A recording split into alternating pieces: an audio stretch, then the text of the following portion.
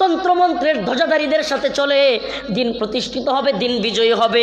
না না না না না, কশ্চিনকালেও সম্ভব না। আমার আপনার পয়গম্বর সরদারে দু আলম এই তন্ত্রমন্ত্র দিয়ে দিন বিজয় করেন নাই।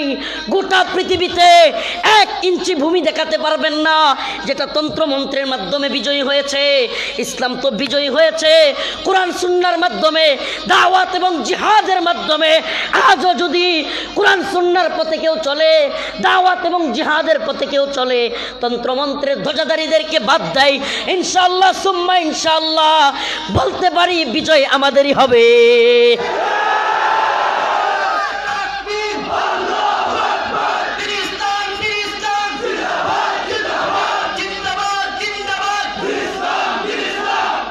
তোমাদেরকে বলি প্রিয় যুবক ভাই, তোমাদেরকে বলে যাই, আল্লাহ এবং তার রাসূলের পথ তন্ত্রমন্ত্রের পথ ছিল না।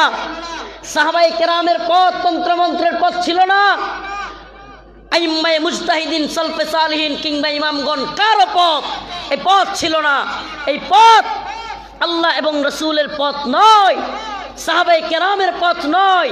আরে জর্জ রসুর পথ, আব্রাহাম লিঙ্কনের পথ, লেনিনের পথ, কার্ল মার্কসের পথ মুসলমানদের পথ হতে পারে না। মুসলমানদের পথ হলো দাওয়া এবং জিহাদের পথ। আল্লাহর রাসূল সাল্লাল্লাহু আলাইহি শাহাদাত কি আমরা ভুলে গেছি। এই উম্মার যুবকেরা দ্বীনের পথে, আল্লাহর পথে শহীদ হওয়া লাগবে বা শহীদ হওয়ার তামান্না করা লাগবে, এই কথা যেন ভুলে বসেছে। প্রিয় হাজিরিন, দ্বিতীয় কথা, আল্লাহ রব্বুল আলামিন কোরআনের বিভিন্ন আয়াতে কেন জানালেন আমাদেরকে পরীক্ষা করা হবে? এটার কারণ কি? আচ্ছা আমাদেরকে বলেন, এই উসমানী নগরে অনেক ছাত্ররা পরীক্ষা দিবে পরীক্ষার হলে, মনে করেন এসএসসি পরীক্ষা কিংবা ইন্টার পরীক্ষা। ছাত্রদেরকে যদি না জানানো হয়, হঠাৎ করে এদেরকে টাইনা নিয়ে পরীক্ষার হলে ঢুকায়া প্রশ্ন ধরাইয়া দেওয়া হয়, বলেন তো সেই প্রশ্নের উত্তর ছাত্ররা দিতে পারবে? শুধু কি দিতে পারবে না, নাকি বলবে যে আমাদেরকে বলা হয় নাই, জানানো হয় নাই, আমরা উত্তর দিতে পারবো না, হল থেকে বের হয়ে যাবে? প্রিয় হাজিরিন, রব্বুল আলামিন আমাদের প্রতি কত ইহসান করেছেন যে উনি আগে জানায়া দিছেন যে আমাদেরকে পরীক্ষা করা হবে। বিষয়টা আরও সহজভাবে বোঝার চেষ্টা করি। প্রিয় হাজিরিন, আল্লাহ রব্বুল আলামিন যদি না জানাতেন পরীক্ষার ব্যাপারে, আর এই দুনিয়াতে এইভাবে জুলুম, এইভাবে নির্যাতন কিংবা এইভাবে বিভিন্ন ধরনের পরীক্ষা, বিভিন্ন ধরনের আপনার কষ্ট লাঞ্ছনার মধ্যে মানুষকে ফেলে দিতেন আর কোনো কিছু না বলতেন, তাহলে মানুষ ভাবত আল্লাহ পাক আমাদের প্রতি ইনসাফ করে নাই। অথচ আল্লাহ পাকের সাথে বেইনসাফি কি যায়? আল্লাহ তাআলার শানে বেইনসাফি যায়? আল্লাহ পাক ইহসান করেছেন, ইনসাফ করেছেন। আল্লাহ পাক জানায়া দিয়েছেন, আলিফ লাম মিম আহাসিবান নাস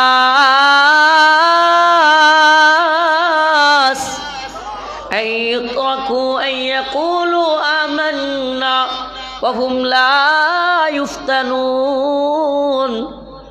তোমরা কি মনে করো হে মানুষ, আইয়াকুলু আমান্না, তোমরা বলবে ঈমান এনেছি, অথচ তোমাদেরকে পরীক্ষা করা হবে না? হুম লা ইফতানুন, বলবেন হুজুর আয়াতের আলোচনা এখান থেকে শুরু করলেন। আসলে আমি যে আয়াত আজকে তিলাওয়াত করেছি তার শেষ থেকে আসতেছি। আল্লাহ বলেন, ওয়ালা নাবলুওয়ান্নাকুম বিশাইইম মিনাল খাউফ ওয়াল জু' ওয়া নাকসিম মিনাল আমওয়াল। আল্লাহ বলেন অবশ্যই অবশ্যই, ওয়ালা নাবলুওয়ান্নাকুম, তোমাদেরকে অবশ্যই অবশ্যই পরীক্ষা করা হবে। ওয়ালা নাবলুওয়ান্নাকুম মিনাল খাউফ ওয়াল জু', ভয় দ্বারা অনেক অনেক ভয় আসতে পারে, রিমান্ডের ভয়, জেলের ভয়, ফাঁসির ভয়, আছে না নাই? আল্লাহ বলে দিয়েছেন, এটা জানাই দিচ্ছেন কোরআনের তাফসীর, এটা যে আল্লাহ পাক বলে দিচ্ছেন যে তোমাদের উপর জুলুম আসবে, ভয় আসবে। এই দ্বীনের পথে যারাই চলবে, এ কথা আজকে আমার নয়, মুহাম্মদ আরবি সাল্লাল্লাহু আলাইহি ওয়াসাল্লাম হেরা গুহায় যখন ফার্স্ট 5টা আয়াত ওনার উপর নাজিল হয়েছিল, সেই দিনও আল্লাহ রাসূল সাল্লাল্লাহু আলাইহি ওয়াসাল্লাম যখন একটু আশঙ্কা মানে ভীত হয়ে গেলেন, একটু খুব চাপ দিলেন জিবরাইল আলাইহিস সালাম, ইকরা পড়েন, ইকরা পড়েন, এরকম। রাসূল সাল্লাল্লাহু আলাইহি সাল্লাম ঘরে গেলেন, যায়া খাদিজা রাদিয়াল্লাহু আনহারে বললেন, আমারে তাড়াতাড়ি করে দ্রুত আমারে কম্বল দাও। কম্বল দেওয়ার পরে ওনাকে খাদিজা রাদিয়াল্লাহু আনহা নিয়ে গেলেন ওয়ারাকা ইবনে নাওফেলের কাছে। তখন ওয়ারাকা ইবনে নাওফেল রাসূল সাল্লাল্লাহু আলাইহি সাল্লামকে দেখার সাথে সাথে বলল যে এই যুবক সে হলো শেষ নবী। ওয়ারাকা ইবনে নাওফেল কে? যে কিনা খ্রিস্টানদের ধর্মগ্রন্থের ইনজিলের অনুবাদক। খাদিজা রাদিয়াল্লাহু আনহার চাচা, যে চোখগুলো অন্ধ হয়ে গেছিল, দেখতো না, খুব বৃদ্ধ, কিন্তু সে কি করলো? রাসূল সাল্লাল্লাহু আলাইহি সাল্লামকে চিনে ফেললো এবং বলল এই যুবক কিছুদিন পর তার নিজের স্বগোত্রীয় লোকেরা, তার বংশের লোকেরা, এই যুবককে তার বংশের লোকেরা ঘর থেকে বের করে দেবে। ওয়ারাকা ইবনে নাওফেল রাসূল সাল্লাল্লাহু আলাইহি সাল্লামকে দেখে শেষ নবী চিনতে পেরেছিলেন এবং বলে দিয়েছিলেন এই যুবককে তার বংশের লোকেরা কি করবে? বের করে দিবে। প্রিয় হাজিরিন, এ কথা বলার উদ্দেশ্য হলো এই যে এটা শুধু মুহাম্মদ আরবির সাথে নয়। আল্লাহ রাসূল সাল্লাল্লাহু আলাইহি সাল্লাম 3 বৎসর অবরুদ্ধ জীবন যাপন করেছেন। তাইফে দাঁতকে ফেলে দেওয়া হয়েছে যুদ্ধের ময়দানে। নারী বুড়ি উটের ওনার নামাজ অবস্থায় পিঠে মারা হয়েছে। প্রিয় হাজিরিন, আমি আজকের আলোচনায় একথাই বলতে চাই যে আপনি দ্বীনের পথে চলবেন, লা ইলাহা ইল্লাল্লাহর কথা বলবেন, আল্লাহ ছাড়া কোনো মাবুদ নাই, আল্লাহকেই মানতে হবে। যে কোনো শক্তি, যে কোনো পরাশক্তির কথাই হোক, যদি আল্লাহর কথার বিরুদ্ধে হয় তবে কার কথাই মানতে হবে? আল্লাহর কথাই মানতে হবে। এটা ঈমানের দাবি। প্রিয় হাজিরিন, ওয়ারাকা ইবনে নাওফেল সেদিন আল্লাহর নবীকে দেখে বলেছিল এ ব্যক্তি শেষ নবী, তার স্বগোত্রের লোকেরা তাকে বের করে দিবে। আর আমি যদি সেই সময় জীবিত থাকতাম, যুবক থাকতাম, তবে আমি আমার জান মাল সব কিছু দিয়ে যুবকের পক্ষে থাকতাম। সুবহানাল্লাহ। এবং যে কথাটা আমি প্রায়ই বলার চেষ্টা করতেছি, বুখারী মুসলিমের হাদিস, আম্মা জান আয়েশা রাদিয়াল্লাহু আনহা হতে বর্ণিত, ওয়ারাকা ইবনে নাওফেল একটা কালজয়ী কথা বলেছিল। ওয়ারাকা ইবনে নাওফেল বলেছিল যে এই যুবক যে কথা নিয়ে আপনার আমার কাছে এসেছে, এই কথা নিয়ে ইতিপূর্বেও যারা এসেছে তারাও বাধাগ্রস্ত হয়েছে।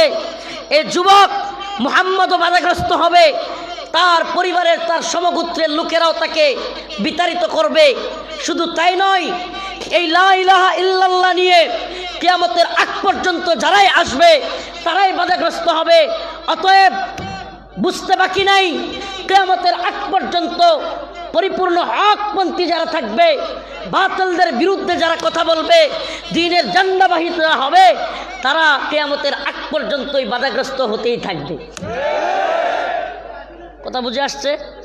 একথা আমাদেরকে মেনে নিতে হবে। আল্লাহ বলে দিচ্ছেন, وَلَنَبْلُوَنَّكُمْ بِشَيْءٍ مِّنَ الْخَوْفِ وَالْجُوعِ وَنَقْصٍ مِّنَ الْأَمْوَالِ وَالْأَنفُسِ وَالثَّمَرَاتِ وَبَشِّرِ الصَّابِرِينَ। আল্লাহ পাক বলেই দিচ্ছেন অবশ্যই অবশ্যই তোমাদেরকে পরীক্ষা করা হবে। আর তোমাদেরকে পরীক্ষা হবে খৌফ দ্বারা, দরিদ্র, ক্ষুধা দ্বারা। ক্ষুধা এমন ক্ষুধা লাগবে খাবার পাবা না, তোমাদেরকে এমনভাবে রাখা হবে যে খাবারের মধ্যে বিভিন্ন ধরনের পোকা থাকবে, এমন খাবার তোমাদেরকে দেওয়া হবে। প্রিয় হাজিরিন, শুধু তাই নয়, ওয়ানাকসিম মিনাল আমওয়ালি ওয়াল আনফুসি ওয়াস সামারাত, তোমার জানমালের নিরাপত্তা থাকবে না, তোমার ফসলাদির নিরাপত্তা থাকবে না, তোমার জানমালের ইজ্জতের হেফাজত হবে না।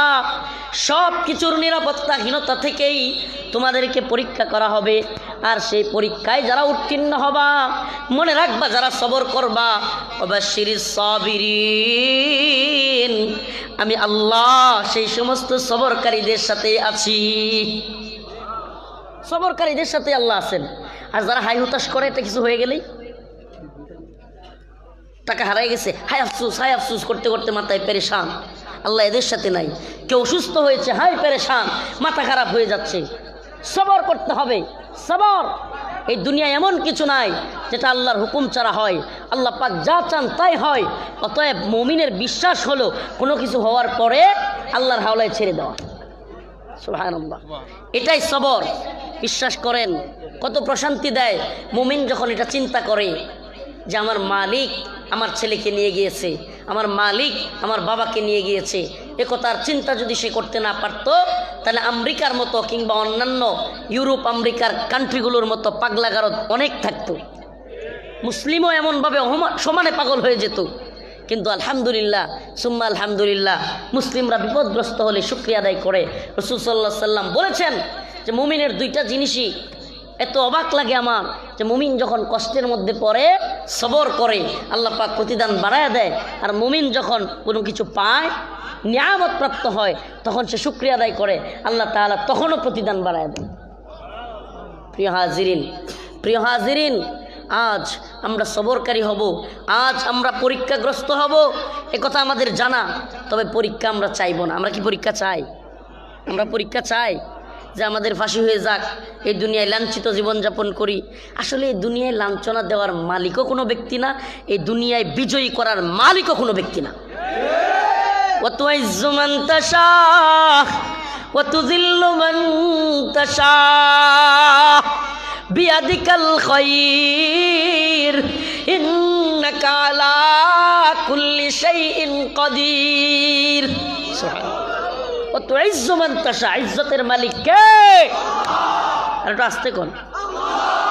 ইজ্জতের মালিক, লাঞ্ছিত করার মালিক আল্লাহ পাক। যদি কাউকে লাঞ্ছিত করে, পৃথিবীর কোনো শক্তি আছে তাকে ইজ্জত দেয়? আল্লাহ পাক যদি কাউকে ইজ্জত দেয়, সম্মান দেয়, পৃথিবীর কোনো পরাশক্তি আছে যাকে বেইজ্জতি করবে? আমি একটা ঘটনা প্রায়ই বলতেছি। মুল্লা সিরাজউদ্দিন হক্কানি রহমতুল্লাহি আলাইহি, আফগানের বর্তমান স্বরাষ্ট্রমন্ত্রী, আমেরিকা যার কল্লার দাম নির্ধারণ করেছিল $50,00,000। কত বাংলাদেশি টাকা হিসাব করেন না, $50,00,000 যার কল্যাণ দাম নির্ধারণ করেছিল যে তারাই কেউ হত্যা করে দিতে পারলে তাকে এই টাকা দেওয়া হবে। সুবহানাল্লাহ। এক যুগ পার হয়ে গেল, যুদ্ধ করতে করতে আমেরিকা ওনারে মারতে তো পারলই না, লেজ গুটাইয়া পায়ে দইরা ক্ষমা চাইয়া পালাইছে। আর আল্লাহ সিরাজউদ্দিন হক্কানি হাফিজাহুল্লাহকে আফগানের স্বরাষ্ট্রমন্ত্রী বানাইছে। বলেন দেখি, ইজ্জত যদি আল্লাহ দেয় কেউ কমাতে পারবে? সম্মান যদি আল্লাহ দেয় কমাতে পারবে? বিয়াদিকাল খায়র, সকল কল্যাণের মালিক কে? ইন্নাকা আলা কুল্লি শাইইন কাদির, সকল শক্তির মালিক কে? আমেরিকা সুপার পাওয়ার নয়, ব্রিটেন সুপার পাওয়ার নয়, রাশিয়া সুপার পাওয়ার নয়, সুপার পাওয়ার স্রেফ আল্লাহ। সুপার পাওয়ার স্রেফ আল্লাহ। আল্লাহর উপরে সুপার পাওয়ার আছে? আপনি দেখেন না, ছোট্ট একটা বাহিনী হামাস নাস্তানাবুদ করে দিচ্ছে ইহুদিজমকে। নাস্তানাবুদ, পাগল হয়ে গেছে, এরা পেরেশান হয়ে গেছে। প্রথম বড় বড় কথা বলতো, 24 ঘন্টায় শেষ করে দিব, এই করব সেই করব। আল্লাহ পাক দেখায় দিয়েছেন, কাম মিন ফিয়াতিন কালিলা গালাবাত ফিয়াতান কাসীরাতান বিইذنিল্লাহ। আমি আল্লাহর উপর ভরসা করে যদি ছোট্ট দল আল্লাহর রাস্তায় বেরিয়ে যায়, গালাবাত ফিয়াতান কাসীরাতান বিইذنিল্লাহ, ছোট্ট দল বড় দলের বিরুদ্ধে বিজয়ী হয়। আরে তোমরা তো ইতিহাস পড়েছো, বদরের 313 জন হাজার যোদ্ধাদেরকে হারিয়ে দিয়েছে, হাজারো যোদ্ধার বিরুদ্ধে, সশস্ত্রদের বিরুদ্ধে নিরস্ত্ররা। কিন্তু তোমরা কি এটা জানো, আমার আল্লাহর ওয়াদা এখনো আছে, যদি মুমিনদের কোনো ছোট্ট একদল এখনো দাঁড়ায় যায়, সেই বদরের কাফেলাকে আল্লাহর পক্ষ থেকে যেই ফিরিস্তারা সাহায্য করেছিল, সেই বদ্রি ফিরিস্তারা কিন্তু এখনো তৈরি আছে। হিম্মত করবার প্রয়োজন। হে যুবক, তোমাদেরকে বলি, প্রিয় ভাই, তোমাদেরকে বলি, আমাদের প্রোগ্রামগুলোতে যেহেতু 80-90% যুবক হয়ে যায়, তোমাদেরকে বলি, টিকটক, লাইকি, ফেসবুক, ইউটিউব, মদ, জুয়া, ইয়াবা, হিরোইন কিংবা নারীর পিছনে যদি ছুটো, তোমাদের প্রিয় শায়েখ আল্লামা মামুনুল হক মুফতি মাহমুদ হাসান গনবী মুক্তি পাবে না। তোমরা যদি তাদেরকে দেখতে চাও, তাদেরকে আবারও ময়দানে ফিরে আনতে চাও, তবে তোমাদেরকে বলি, তোমরা দ্বীনের পথে ফিরে আসো, কল্যাণের দিকে ফিরে আসো, তোমরা কোরআন সুন্নাহর আদর্শের দিকে ফিরে আসো। আমি তো বারবার বলতে চাই, যে সমস্ত সরল মনা আলেমরা এখনো পর্যন্ত মনে করেন